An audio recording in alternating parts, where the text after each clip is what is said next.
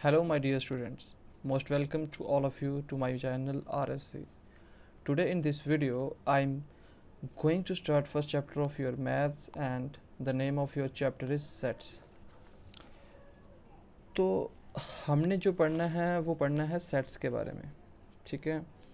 तो बच्चे देखिए, सेट होता क्या है, पहले आपको ये पता होना चाहिए। अब सेट की एक प्रॉपर डेफिनेशन होती है कि a set is a collection of set is a collection of well defined objects which are distinct from each other। ठीक है, तो ये हमारे सेट्स की प्रॉपर डेफिनेशन है। मतलब क्या हुआ, सेट एक वेल डिफाइंड ऑब्जेक्ट्स की कलेक्शन है जो कि एक दूसरे से अलग हों। अब यहाँ वेल डिफाइंड है, और वेल डिफाइंड किसके बारे में बात कर रहा हूँ? ऑब्जेक्ट्स के बारे में। ऑब्जेक्ट्स हो सकते हैं, नंबर्स हो सकते हैं, आइटम्स हो सकते हैं, कोई थिंग्स हो सकती हैं, कुछ प्लेसेस हो सकती हैं, बुक्स हो सकती हैं, नॉवेल्स हो सकती हैं, कुछ भी हो सकता है। तो बेसिकली सेट किसे कहते हैं? जिनको मैं प्रॉपर डेफिनेशन के अकॉर्डिंग रिलेट कर सकूं। ठीक है, अब मैं एग्जांपल के थ्रू आपको समझाता हूँ थोड़ा सा। जैसे कि मैं एक एग्जांपल ले लेता हूँ, ठीक है। जैसे कि आप फर्स्ट 3 ऑड नंबर्स ले लीजिए, ठीक है। First 3 odd numbers. तो बच्चे आपको पता होना चाहिए फर्स्ट 3 ऑड नंबर्स क्या होते हैं। हर एक बच्चा बोलेगा सर 1, 3 और 5 हमारे फर्स्ट 3 ऑड नंबर्स होते हैं, ठीक है। तो हमें क्या करना है, अगर ये सेट है तो ये पता करना चाहिए कि क्या ये वेल डिफाइंड है। अब यहाँ नंबर्स हैं तो क्या ये वेल डिफाइंड नंबर्स हैं। वेल डिफाइंड का मतलब हुआ जिसको आप चेंज नहीं कर सकते, जो कि यूनिवर्सल ट्रूथ हो। मतलब अगर आपने कहा 1, 3, 5 है, तो दुनिया में हर एक इंसान अगर ये कहे कि फर्स्ट 3 और नंबर्स 1, 3 और 5 ही होते हैं, तो इसका मतलब ये एक सेट माना जाएगा। किसका? 1, 3 और 5 मेरा फर्स्ट 3 और नंबर्स का एक सेट है, ठीक है। अब यही 1, 3, 5 मैंने लिखा कि ये फर्स्ट 3 और नंबर्स हैं। अब आप किसी से भी ये बात पूछो, चाहे अपने मैथ्स के टीचर से पूछो, किसी प्रोफेसर से पूछो, किसी लेक्चरार से पूछो, किसी से भी पूछेंगे तो वो सभी यही बोलेंगे।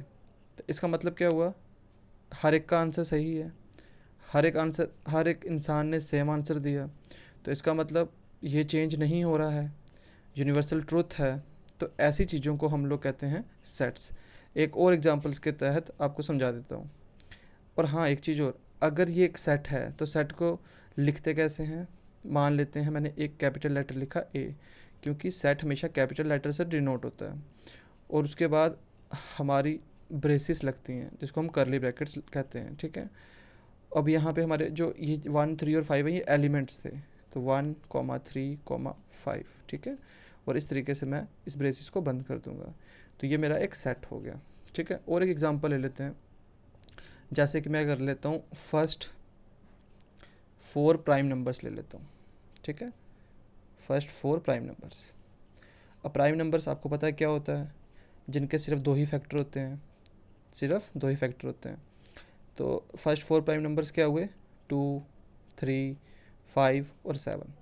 अब आप ये पूरे यूनिवर्स में किसी से भी पूछो कि फर्स्ट 4 प्राइम नंबर्स क्या होंगे, सभी बोलेंगे सर 2, 3, 5 और 7। इसके अलावा कोई भी इंसान और कुछ नहीं बोल सकता, ठीक है।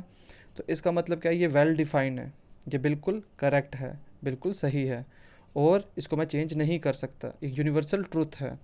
तो इसका मतलब ये क्या हुआ, ये मेरा एक सेट हुआ किसका? फर्स्ट 4 प्राइम नंबर्स का। तो इसको मैं कैसे लिखूँगा? मान लेते हैं यहाँ मैं बी ले लेता हूँ। बी इक्वल टू, मैंने कर्ली ब्रैकेट स्टार्ट की और एलिमेंट्स जो हैं इसके बीच में डाल दिए और कर्ली ब्रैकेट से इसको क्लोज कर दिया।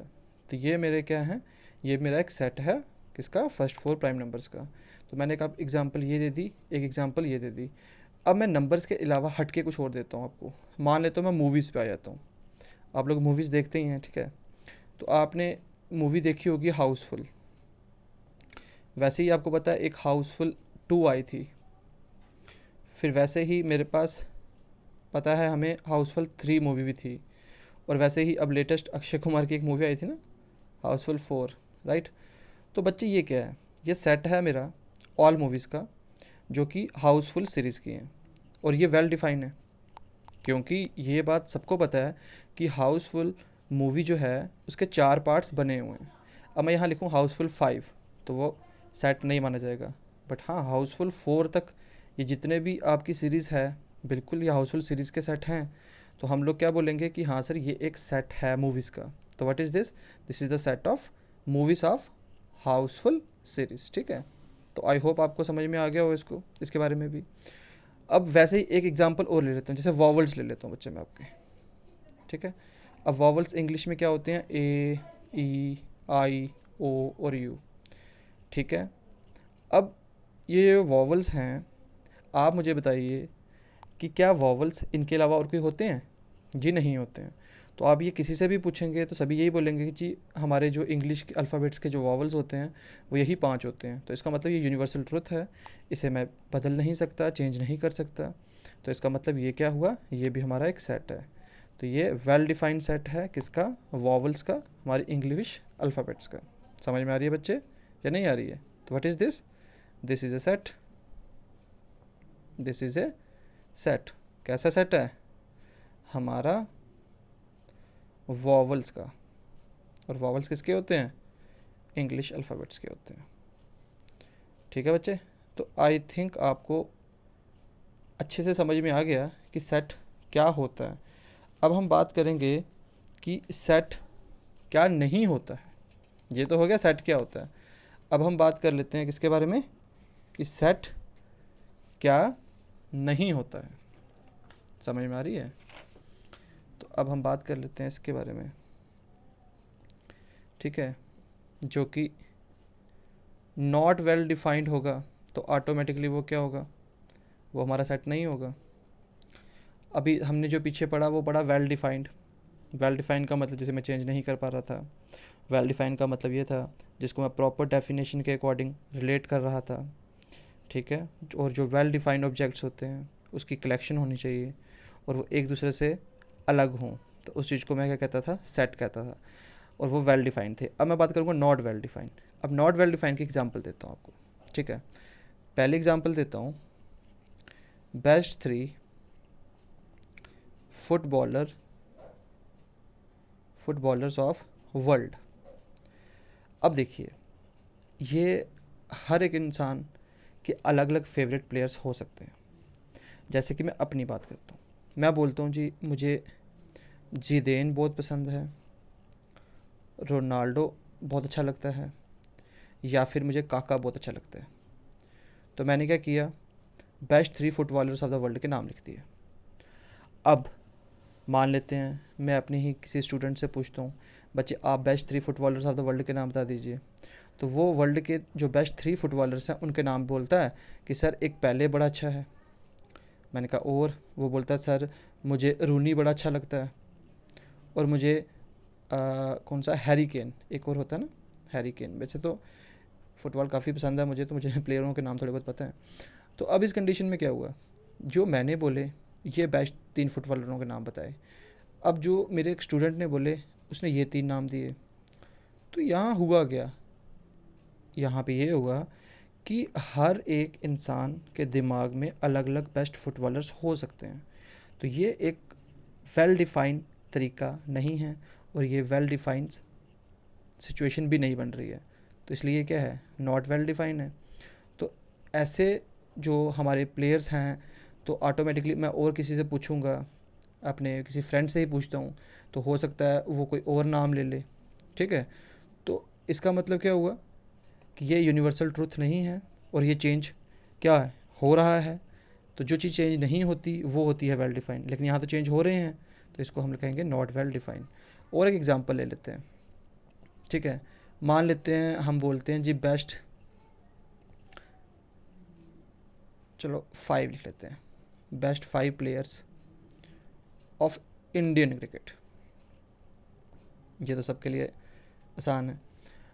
आसान क्या, हर एक इंसान की अपनी सोच है। अब मुझे कोई पूछे जी बेस्ट 5 इंडियन क्रिकेट प्लेयर के नाम बता दीजिए, मैं बोलता हूँ मुझे रोहित शर्मा बड़ा अच्छा लगता है, मुझे धोनी बड़ा अच्छा लगता है, ठीक है, मुझे विराट कोहली बड़ा अच्छा लगता है। उसी तरीके से मैं बोलता हूँ मुझे बुमराह बड़ा अच्छा लगता है। वैसे ही मैं बोल देता हूँ जी मुझे शामी बड़ा अच्छा लगता है, शमी, मोहम्मद शामी जो है। अब मान लो मैं अपने ही किसी फ्रेंड से पूछता हूँ, यार एक काम कर, तू मुझे इंडियन क्रिकेट के 5 बेस्ट प्लेयरों के नाम बता दे। वो आगे से मुझे बोलता है कि यार मुझे दिनेश कार्तिक बड़ा पसंद है, ठीक है, उसकी सोच है। अब वैसे ही मुझे वो साथ में बोलता है मुझे वाशिंगटन कौन सा है, वाशिंगटन सुंदर कुछ नाम है एक प्लेयर का ना, जो ऑलराउंडर है। वो कहता है मुझे ये बड़ा पसंद लगता है। मैंने कहा चलो ठीक है। एक बोलता है मुझे सहवाग बड़ा अच्छा लगता था। एक मुझे कहता है मुझे सचिन बड़ा अच्छा लगता है। एक मुझे कहता है मुझे द्रविड़ बड़ा अच्छा लगता है। मतलब इस बंदे ने 5 प्लेयरों के नाम दिए, मैंने अपने 5 प्लेयरों के नाम दिए, दोनों में काफ़ी डिफरेंस आया। इसका मतलब ये वेल डिफाइंड बिल्कुल भी नहीं है, क्योंकि हम दोनों का जो माइंड है वो अलग है, उसकी सोच कुछ और है। उसने अपने बेस्ट 5 इंडियन क्रिकेट के प्लेयर के नाम बता दिए और मैंने अपने कुछ और बता दिए। वैसे ही मैं किसी और को पूछता, मान लो पाकिस्तान की टीम से पूछूंगा, तो वो बोलेगा मुझे अफरीदी पसंद है, बाबर आजम पसंद है, एटसेट्रा, और 2-4 नाम बता देगा। तो इसलिए क्या है ये वेल डिफाइंड नहीं है। तो आई थिंक आप लोगों को डिफाइंड, वेल डिफाइंड और नॉट वेल डिफाइंड दोनों के बारे में अच्छे से समझ में आ गया हो, आई होप सो। अब बच्चे हम लोगों ने जो नेक्स्ट टॉपिक पढ़ना है वो क्या पढ़ना है, हम लोगों ने डिनोशंस के बारे में। डिनोशंस मतलब हम लोग कौन कौन सी डिनोशन इस चैप्टर में यूज़ करने वाले हैं, ठीक है। तो याद रख लेना बच्चे, एन, एन होता है अगर हम नेचुरल नंबर का सेट कोई लिख रहे हों, ठीक है, सेट ऑफ नेचुरल नंबर्स। तो उसके लिए मैं क्या करूँगा, कैपिटल एन का इस्तेमाल करूँगा, क्योंकि सेट जो भी है वो हमेशा कैपिटल लेटर से डिनोट होता है। अब डब्ल्यू जो है वो होता है सेट मेरा किसका, होल नंबर्स का, ठीक है। वैसे जो क्यू है वो होता है मेरे रैशनल नंबर्स का सेट, किसका होता है, रैशनल नंबर्स का। और जो जेड होता है वो मेरे सेट होते हैं इंटीजर्स के, ठीक है। आर जो होता है वो होता है मेरे रियल नंबर्स का सेट, ठीक है। वैसे ही आई जो है वो इमेजिनरी नंबर्स का होता है, किसका होता है, इमेजिनरी नंबर्स का। और जो मेरा सी है वो मेरा कॉम्प्लेक्स नंबर्स का सेट होता है। अब ये जो इमेजिनरी और कॉम्प्लेक्स नंबर्स हैं, ये आपका जो 5th चैप्टर जब आप पढ़ोगे कॉम्प्लेक्स नंबर्स, वहाँ पे इसका इस्तेमाल होगा, तो ऑटोमेटिकली तब हम इसके बारे में बात कर लेंगे, ठीक है। तो आई होप बच्चे आप लोगों को इसके बारे में अच्छे से समझ में आई हो, ठीक है। अब हम लोग नेक्स्ट चीज़ जो पढ़ने जा रहे हैं वो है रिप्रेजेंटेशन। क्या पढ़ने जा रहे हैं, रिप्रेजेंटेशन ऑफ सेट्स। ये बार ध्यान से समझिएगा, रिप्रेजेंटेशन ऑफ सेट्स। अब देखिए सबसे पहली चीज़, हम सेट को कभी भी स्मॉल लेटर से डिनोट नहीं करते हैं। पहली चीज़, मतलब जो सेट है जिसे हम लिखते हैं, जैसे ए इक्वल टू ब्रेसिस लगाए, कुछ भी बीच में लिख लिया एलिमेंट्स को और ब्रेसिस बंद कर दिए, तो याद रख लेना ये चीज़ है, ये कभी भी स्मॉल लेटर्स में नहीं होनी चाहिए। ये हमेशा कैपिटल लेटर से ही डिनोट होता है, स्मॉल लेटर कभी भी इस्तेमाल नहीं होता। दूसरी चीज़, सेट्स में कभी भी ओपन ब्रैकेट का इस्तेमाल नहीं होता, कभी भी स्क्वायर ब्रैकेट का इस्तेमाल नहीं होता, कभी भी एंगल ब्रैकेट का इस्तेमाल नहीं होता। हमेशा जब भी इस्तेमाल होगा तो वो हमारा किसका होगा, वो हमारा होगा करली ब्रैकेट्स का, जिसको हम ब्रेसिस बोलते हैं। दिमाग में रखनी ये चीज़। उसके बाद देखो, अब सेट की जो सबसे बेस्ट चीज़ है, इसमें क्या होता है, सारे एलिमेंट लिखने होते हैं, ठीक है। जैसे कि मैं एक सबसे आसान लिख लेता हूँ, जैसे मैंने ऊपर वॉवल्स कराया आपको, सेट ऑफ वॉवल्स कर लेते हैं इंग्लिश अल्फ़ाबेट्स के, ठीक है। अब बताता हूँ कि इसको कैसे लिखना होता है अल्फ़ाबेट्स। अब इंग्लिश अल्फ़ाबेट क्या है, ए है, ई है, आई है, ओ है और यू है, दिखाई दे रहे हैं। अब बच्चे मैंने क्या करना है, हर एक एलिमेंट के साथ एक कॉमा लगाना है, कॉमा से इनको सेपरेट किया जाता है, और उसके बाद इनमें ब्रेसिस का इस्तेमाल किया जाता है, कर्ली ब्रैकेट का इस्तेमाल किया जाता है। और ये अब एक बन गया सेट किसका, हमारे वॉवल्स का, जो कि इंग्लिश अल्फ़ाबेट्स के हैं। और इसके लिए मैं पीछे ए लिख लेता हूँ, मान लेता हूँ ये एक सेट है और ये सेट मैंने इस तरीके से लिख लिया, ठीक है। तो सेट को मैं किससे डिनोट करता हूँ, कैपिटल ए से, और जो ये अंदर वाली चीज़ें हैं इनको हम कहते हैं एलिमेंट्स, और इनको हम लोगों ने कॉमा से सेपरेट करना होता है। मान लो मैं इन्हें कॉमा से सेपरेट नहीं करूँ तो क्या होगा। अब देखो यहाँ पे तो फ़िलहाल 1 2 3 4 5 एलिमेंट्स नज़र आ रहे हैं मुझे, ठीक है। अब मैंने अगली कंडीशन में क्या किया, कॉमा से सेपरेट नहीं किया, लिखा ए ई आई ओ यू इस तरीके से। तो बच्चे ये सारे के सारे कंसीडर होंगे वन एलिमेंट, सिंगल एलिमेंट, ठीक है। इस चीज़ के बारे में याद रख लेना है। तो हमने क्या याद रखना है, इसमें क्या होता है, सारे एलिमेंट लिखे जाते हैं, हर एलिमेंट को कॉमास के साथ सेपरेट किया जाता है, और इनक्लोज होते हैं किसके साथ, करली ब्रैकेट्स के साथ, ठीक है। और सेट का नाम हमेशा कैपिटल लेटर्स में होता है। तो आई होप बच्चे आपको समझ में आ गई हो। कोई डाउट है तो आप पूछ सकते हैं इस बारे में। श्योर, ठीक है। अब हम अगली चीज़ पढ़ते हैं, प्रॉपर्टीज़ ऑफ सेट्स, ठीक है। क्या पढ़ने जा रहे हैं, प्रॉपर्टीज़ ऑफ सेट्स। सिर्फ दो ही प्रॉपर्टीज़ होती हैं, ओनली टू। पहली प्रॉपर्टी कहती है a set can be written in any order, मतलब मैं इसको किसी भी ऑर्डर में लिख सकता हूँ। जैसे कि मान लेते हैं मेरे पास क्या है, पहले 5 कंपोजिट नंबर्स ले लेते हैं, ठीक है। एक सेट ले लेता हूँ, set of first 5 composite numbers. हमें पता है कंपोजिट नंबर्स वो होते हैं जिसके 2 से ज़्यादा फैक्टर होते हैं, ठीक है। अब 5 पहले कंपोजिट नंबर लिखने हैं, मुझे पता है एक 4 है, 6 है, 8 है, 9 है और 10 है, ठीक है। समझ में आ रही है। अब बच्चे इसमें क्या उसने बोला, this set can be written in any order. Any order का मतलब, पहले तो मैं इसका सेट बनाता हूँ, कंपोजिट नंबर का सेट है, मान लेता हूँ सी से डिनोट कर लेता हूँ, किसी से भी कर लूँ उससे कोई फ़र्क नहीं पड़ता। अब इसमें क्या करता हूँ मैं, पहले ब्रेसिस का इस्तेमाल करता हूँ, मुझे पता है एलिमेंट्स जो हैं वो ये हैं, ठीक है। और मैंने ब्रेसिस से बंद कर लिया, कर्ली ब्रैकेट से बंद कर दिया। अब उसने बोला कि आप इन एलिमेंट्स को इंटरचेंज कर सकते हो, कोई फ़र्क नहीं पड़ता। तो इसका मतलब मैं इसको इस तरीके से भी लिख सकता हूँ, पहले 10 लिख लेता हूँ, फिर 6 लिख लेता हूँ, फिर 9 लिख लेता हूँ, फिर 4 और फिर 8 लिख लेता हूँ। तो इस कंडीशन में मैंने क्या किया, मैंने इसको किसी भी ऑर्डर में लिख लिया। समझ में आ रही है, मैं इनको इंटरचेंज कर सकता हूँ। आई होप आपको समझ में आ गई हो। अब बात करते हैं इसकी दूसरी प्रॉपर्टी क्या होती है, ठीक है बच्चे। अब दूसरी प्रॉपर्टी इसकी क्या होती है, जो सेम एलिमेंट होता है कैन नॉट बी रिपीटेड, मतलब मैं उसे रिपीट नहीं करता। एग्जाम्पल, मान लेते हैं मेरे पास एक सेट है, जैसे कि 3 3 है, 5 5 5 5 है, और 7 है, इस तरीके से है, ठीक है। चलो एक सिंगल नंबर और 2 भी लिख लेते हैं साथ में, ये 2 है। तो मैंने कहा कि सेम एलिमेंट को बार बार रिपीट नहीं करना होता, तो अगर रिपीट नहीं करना तो इसका मतलब हम कैसे लिखेंगे इसको, एक सेट को, एक 2 है, इसको मैं एक ही बार 3 लिखूँगा, इन 4 टाइम्स 5 को सिर्फ एक ही बार 5 लिखूँगा, और 2 टाइम्स 7 को सिर्फ एक ही बार 7 लिखूँगा। इसका मतलब मैंने उसको क्या किया, रिपीट नहीं होने दिया। मीन जो नंबर रिपीट हो रहे हैं वो हम जब सेट में लिखेंगे तो वो रिपीट नहीं होंगे। तो आई होप बच्चे आप लोगों को ये भी चीज़ समझ में आ गई हो, ठीक है। अब हम जो बात करने जा रहे हैं वो बात करने जा रहे हैं रिप्रेजेंटेशन ऑफ सेट। इस चीज़ को बड़े ध्यान से समझना, क्योंकि वही चीज़ आपकी मेन चीज़ है, पूरा चैप्टर ही इसके ऊपर डिपेंड है आपका। वो है आपका रिप्रेजेंटेशन ऑफ सेट। तो सेट को बच्चे आप लोग क्या करते हो, 2 फॉर्म में लिख सकते हो। कितनी फॉर्म में, 2 फॉर्म में।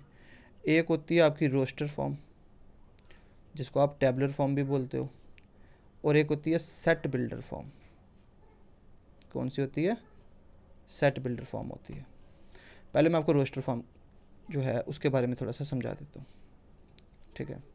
रोस्टर फॉर्म में बच्चे क्या होता है, इस मेथड में, इन दिस मेथड, पहले मैं आपको डेफिनेशन लिख देता हूँ फिर समझाता हूँ। In this method of representation, ठीक है, a set is described by listing all its elements then separated by commas and enclosed in curly brackets. ठीक है, here one element can be listed only once, जो कि मैंने आपको पीछे बताया, और name of the set is always written in capital letter.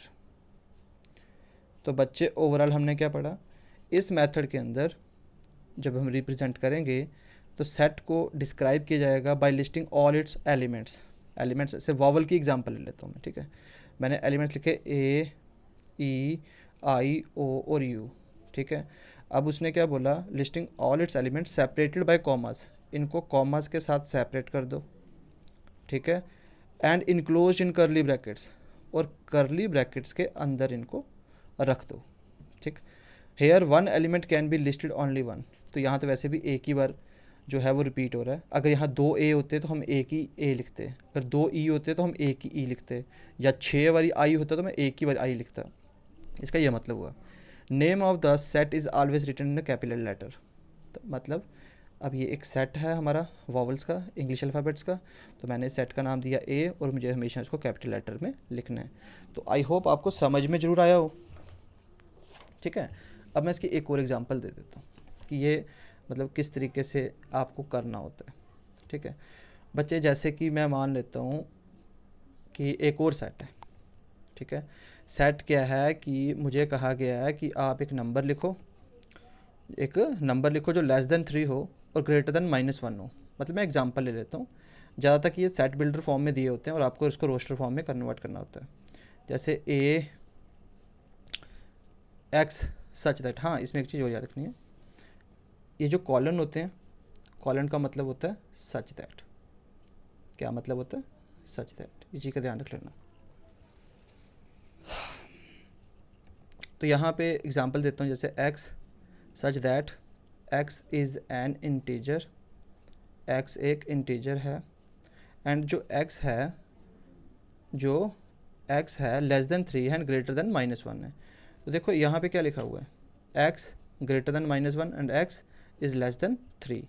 तो अब इसको मैंने रोस्टर फॉर्म में लिखना हो तो मैं कैसे करूँगा, तो पहले तो मैं लिखूँगा यार ये तक सेट है ए, तो इसने बोला है कि x -1 से बड़ा होना चाहिए, तो -1 से बड़ा क्या होगा 0, और 3 से छोटा होना चाहिए, तो बीच में तो 1 भी आ रहा है, तो 0, 1 और 2।